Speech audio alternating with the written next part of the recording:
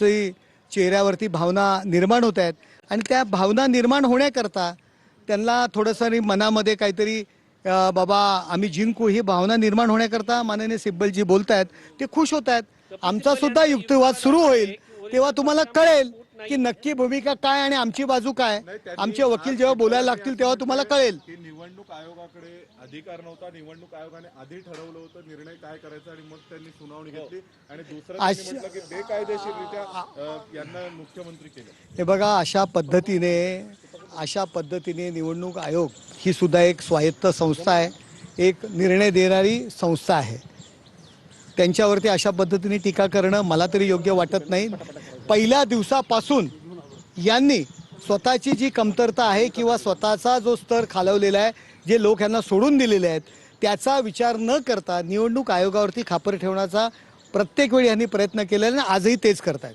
पण जेव्हा एखाद्या पक्षामध्ये फूट आहे, जेव्हा विधिमंडळ पक्षामध्ये फूट असते, त्याचा निर्णय हा विधानसभा अध्यक्ष घेतात, इलेक्शन कमिशन घेत नाही। तुमच्या बाबतीमध्ये इलेक्शन कमिशनने हा निर्णय घेतलेला आहे, राजकीय पक्षामध्ये फूट नव्हती। बघा, राजकीय पक्ष म्हणून आमचा जो पक्ष आहे तो आमचा कायम आहे।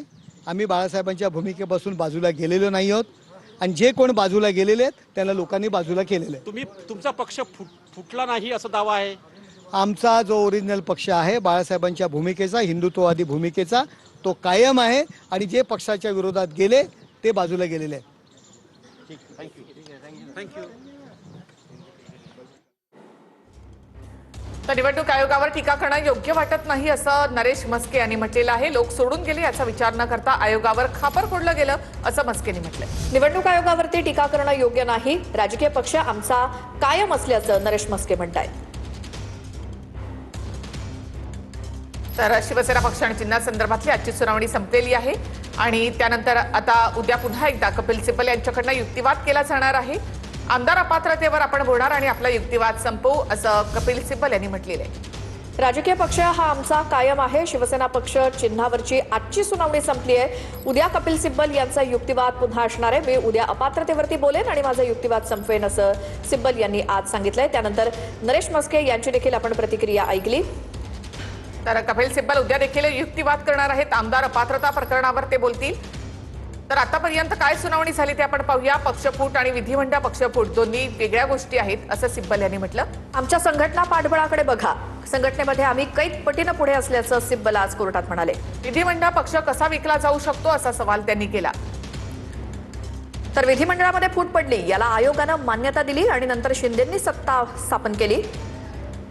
अशा प्रकारे देशामध्ये कुठेही सत्ता बनवली जाऊ शकते, ही लोकशाहीची थट्टा असं सिब्बल यांनी म्हटलं। मुख्यमंत्री शिंदेंची निवड ही बेकायदेशीर, कुठल्याही संघटनेच्या माहितीची शहानिशा न करता शिंदेंना मुख्यमंत्री केलं गेलं असा दावा सिब्बल यांनी केला। शिंदेंची मुख्य नेतेपदी निवड कायद्याला धरून नाही, त्यांची कृतीही आयोगाच्या कायद्याला धरून नाही असा युक्तिवाद सिब्बल यांनी केला। तर ही फूट फक्त विधिमंडळ पक्षातली आहे, राजकीय पक्षामध्ये नाही असंही सिब्बल म्हणाले। सर थोडं पुढे या। युक्तिवाद कसा होता आजचा सर?